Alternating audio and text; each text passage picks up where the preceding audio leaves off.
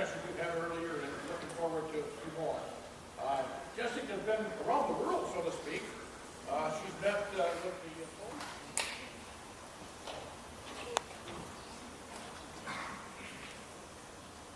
worried that I wouldn't be able to do all the things I needed to do.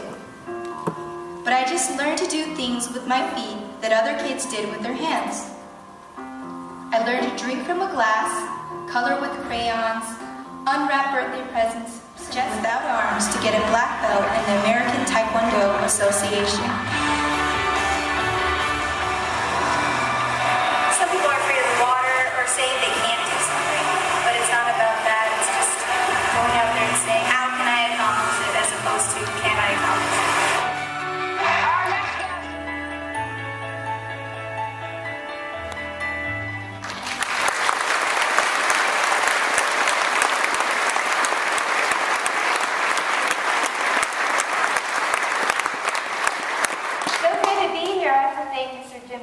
For having these and create things that we think, we create excuses, and we often think, oh, that's not going to be possible, there's no way you can do that. And we use the words, I can't, too often. And I hope to actually rid those excuses and to let you know what really is possible. Right now, out like this. And I'm going to give you a low five. Nice to meet you. What was your name? Christina, thank you for coming up here. My name is Jessica, and thank you for volunteering. And everyone, please give her a round of applause. Okay, so I remember, I'm going to have to unlock this shoe first. But the reason I'm going to share with you this, you'll find out why, I'll explain. But as a 6-year-old, I went to a public school, and I wasn't exempt from doing everything that everyone else had to learn how to do. I had to learn how to tie my shoelaces, I had to learn how to write, and do everything. Like I remembered one bunny ear. We all remember tying with bunny ears, don't we? Yes. One bunny ear, over, through, and pull to tighten. But then I looked at that shoe and I wondered, well, how do I get my foot back in now that I've tied the laces? This is kind of going to be a challenge. And I looked at it and said, well, why not tie the laces loose enough? So this time I untied the laces and I made sure there was enough room to fit my feet back in the shoe. So we also have to be fearless. And so I asked you to think about your greatest fear. What's something you've always been afraid of? Now that you know what you're afraid of, and if it's spiders, I don't know if I can help you there, but fear, F-E-A-R, fear, just so you know, stands for false evidence appearing real. False evidence appearing real. Without using your hands and arms.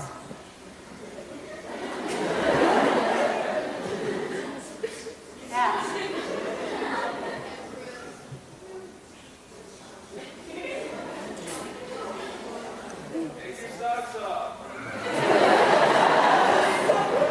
Got it. Okay, here we go.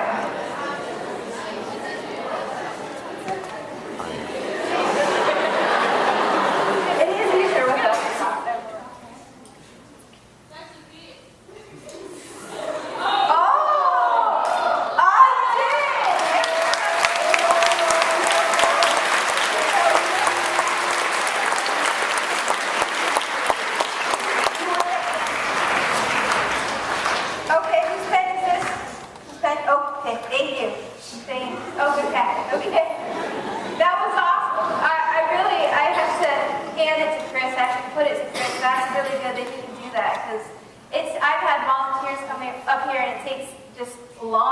Get that done, but he did it as a tab underneath the can, so I'm going to actually use that to grasp, just like this.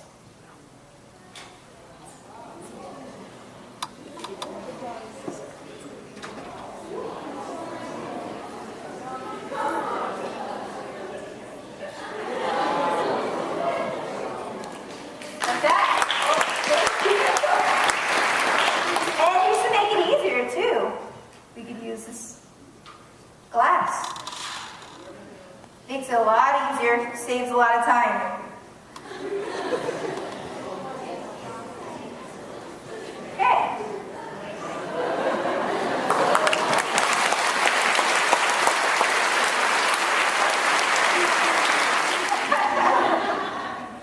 When there's a punch, she would swing one leg up and knock it out of the way.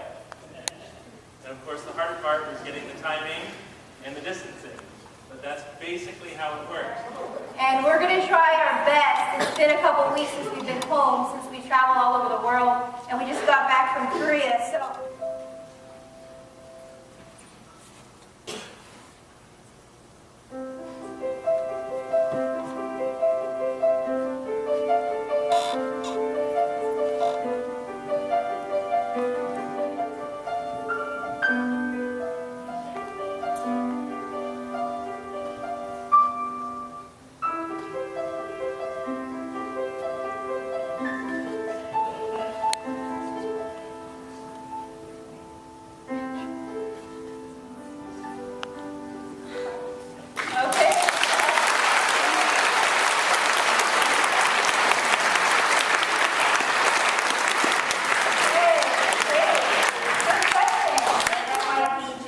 Flying with her feet. But even more importantly, remember that if she can fly an airplane with her feet, then there really isn't much that you can't do in your own lives, and there isn't much that you can't accomplish. I'm going to end with my story about prosthetic arms and some measure. Thank you so much.